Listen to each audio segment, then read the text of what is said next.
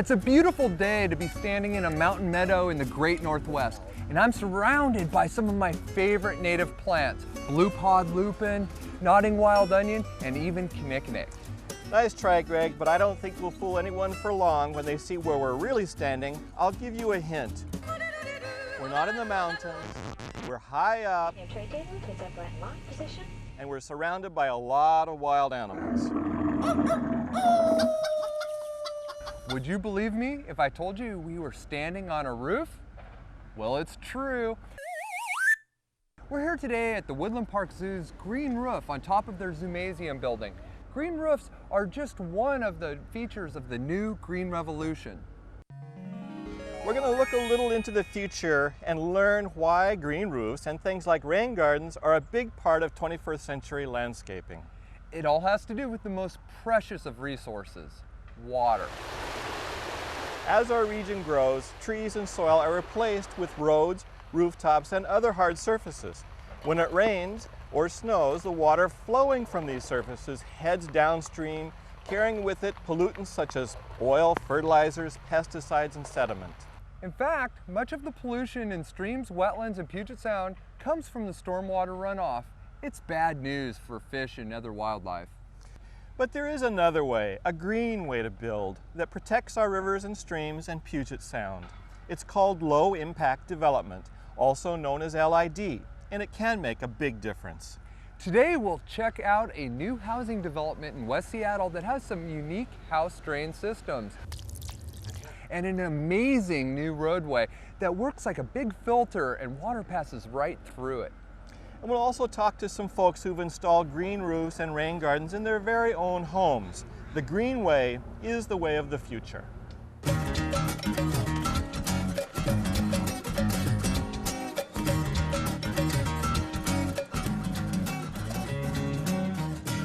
Today we're here with Heidi Wachter from Taylor Associates, who's going to talk to us about the really cool things that are happening in communities throughout the Northwest, in our backyards, and in the zoo.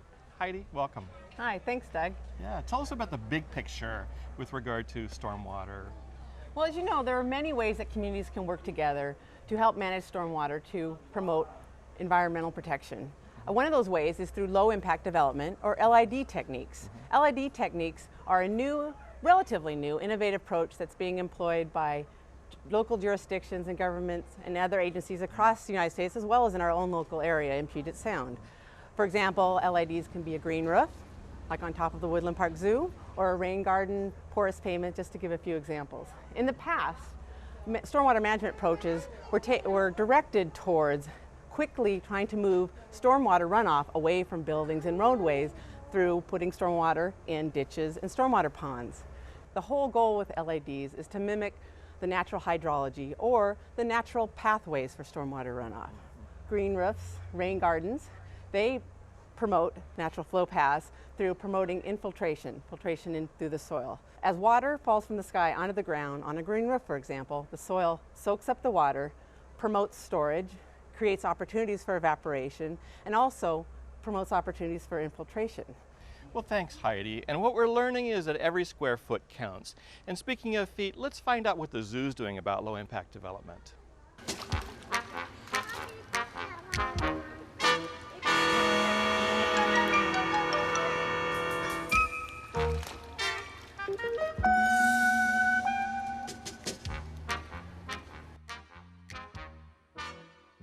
I'm in a place where paws, flippers, and fins are usually the biggest showstopper, but this green roof really does take center stage in my book. E.J. Hook, the zoo's facility operations supervisor, is here to tell us a little bit more. Hey Greg, welcome to the Woodland Park Zoo. As you probably know, the Woodland Park Zoo is a conservation organization, and conservation extends beyond just the animals. Everything that we do impacts the environment in some way, And by having this green roof, it helps us practice and demonstrate environmental stewardship right here at the zoo. Additionally, when you come to the zoo, we try and take you away from Seattle and put you in a totally different place. This green roof minimizes the visual impact that a roof might have on your experience here at the zoo. We really love this roof. Thanks, EJ. I'm sure the giraffes have a fantastic view. Speaking of rooftop views, Doug, where are you? Well, Greg, I'm here at the home of Richard Gelb in Seattle's Phinney Ridge neighborhood. We're here because Richard and his family have a very unique feature about their home. They took their landscaping efforts in the garden and went all the way to the top. This garden is on top of the world, or at least on top of the Gelb family's lovely old Dutch colonial. Their green roof is a peaceful plain of sedums, a scenic spot for family gatherings, and it also minimizes their stormwater runoff by catching and absorbing excess rainwater. And it's beautiful. Well, Richard, it's a really cool thing you've done here, putting a green roof on top of your home. Why did you do it and how did you do it? Well, we approached the design for the roof as we did the rest of the remodel, which was to try and look at long-term, what are the costs and what are the environmental impacts and what kind of benefit are we going to receive as a family.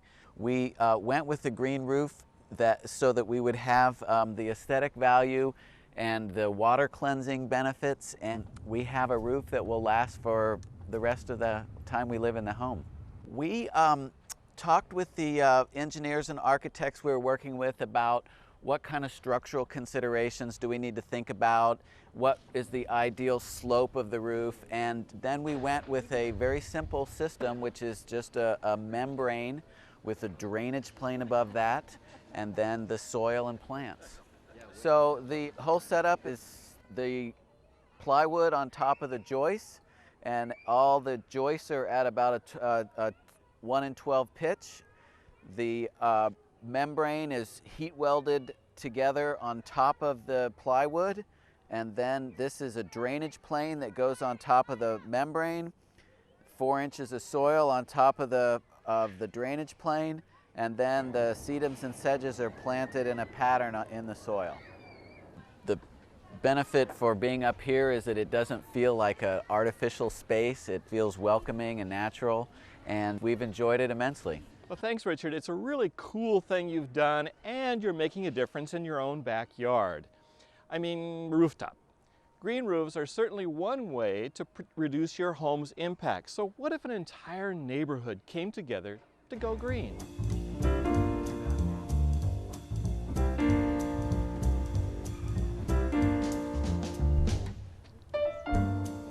I'm here in Seattle's award-winning High Point community. This community was built using green alternatives such as beautiful swales and porous concrete that filters the water.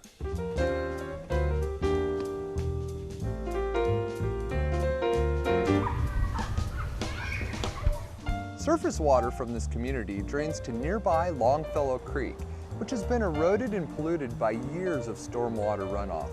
These new designs will better imitate nature and improve water quality for this creek. I'm here today with Bob Spencer from Seattle Public Utilities.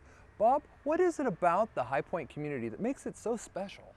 You know, Greg, what's unique about the High Point community is the way we deal with stormwater here.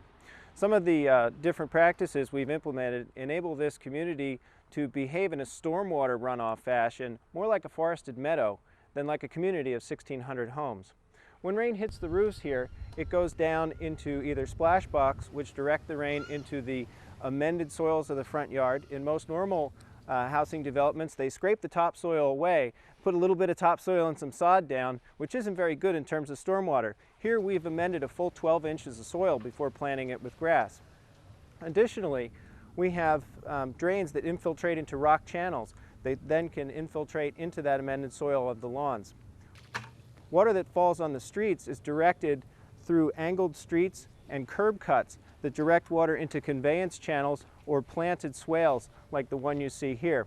Those swales filter the water and infiltrate it into the soil, resulting in cleaner water and less of it entering Longfellow Creek below. Porous sidewalks infiltrate the water almost instantly. It's like magic. When you pour water on it, or when rain hits it, it goes right underneath into an infiltration section. Any overflow will go to the main detention pond below. When you see that main detention pond, even as large as it is, just imagine if we didn't have these stormwater practices in place, it would be 3 times as large. We also have a porous street here, and it's the first porous street in the city of Seattle. Under traditional development practices, the stormwater from the rain that falls on the roofs and the streets is usually piped directly to the creek, and that results in what they call flashy hydrology, which is a complicated way of saying a lot of water enters the creek in a short amount of time. It's literally like a freight train. The water will go from, say, 6 inches up to a couple feet in the matter of less than an hour, and that has pretty detrimental effects on the banks of the creek and also for the creatures that live within it. However, using the low impact development practices and the natural drainage systems and the conveyance furrows, we're able to infiltrate that water into the groundwater so it recharges the streams, it reduces the flows that enter the creek by upwards of 80%, and the water that ends up in the creek is a lot cleaner. Now let's take a look at how you can use these very same ideas in your own backyard to help manage all the rain we get in the Pacific Northwest.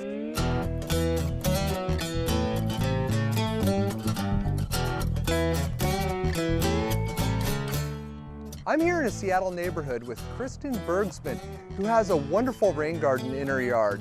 Kristen, will you tell me what a rain garden is and what inspired you to do this? Sure. Well, the inspiration came through a pilot project of Seattle Public Utilities called the Rain Catchers Program. So they actually did a pilot study in our neighborhood to see how individual homeowners could make changes in their yard to help harvest and naturally process the rainwater that hits their roof. What we ended up with is this rain garden here, which is basically a shallow depression that allows rainwater to naturally come from the roof in a drain pipe, underground in another pipe, and it ends up in this depression and just naturally infiltrates the soil and is processed that way. One of the things that most excited me when I became a homeowner for the first time, which was 3 years ago, I had the power now to make changes in my little plot of land, and so one of the things I wanted to do was try to create natural landscapes, not use any pesticides, and see what I could do about recycling water and harvesting water too.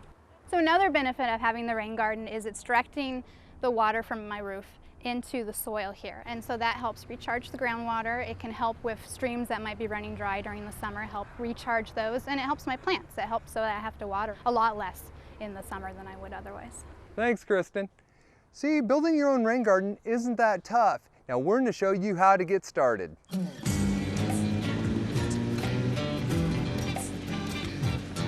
To build your own rain garden, plan it before you plant it. You will need to assess your property to determine the areas that will drain to the rain garden by gravity. Be careful to avoid locating a rain garden within 10 feet of a building foundation, over utilities or septic drain fields, near steep slopes, or where you'd be disturbing healthy native soils and plants. To figure out the size of your rain garden, you need to know how much water you'll be directing to it. If doing math scares you off, don't worry. The great Rain Garden Handbook by the Pierce County Extension of Washington State University will walk you through it. You can do it. Now that your plan is on paper, take it to the earth.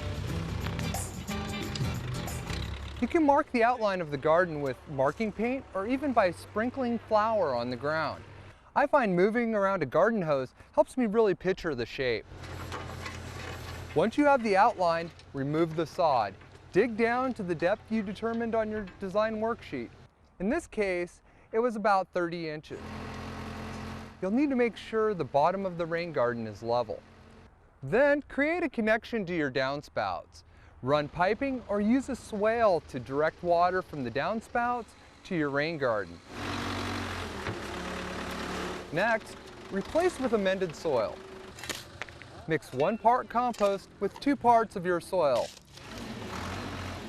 Remember that hole you or your friends worked so hard to dig? Fill it back in with your newly mixed rain garden soil to about 12 inches from the top. Phew! Now comes the icing for the cake, plant and mulch. Pick out beautiful plants that will thrive in the conditions of your rain garden. It's no secret I'm partial to native plants, but if you have some non-natives, I suppose that would be okay. This is a ton of information, But remember, it can all be found in this amazing rain garden handbook from the Pierce County Extension of Washington State University. Go to our Yard Talk website for a link. As our region grows, trees and soil will continue to be replaced with roads and rooftops. It can spell trouble for local streams and rivers, but as we've learned today, it doesn't have to. There are some new great workable ways to better manage runoff and protect habitat. It'll make you see green. Yep, green roofs, porous pavement, drainage swales, rain gardens, and other low-impact development concepts really do add up to make a difference in our water quality and our quality of life. King County offers free technical assistance to rural residents on low-impact development through their Rural Stewardship Program. And King County's Built Green program will help you figure out how to build or remodel in a planet-friendly way. Visit our website for more information. So whether you want to start on the ground with a rain garden feature or head to the top with a green roof, whichever you choose will help you have a healthy yard. And a healthy family and planet too.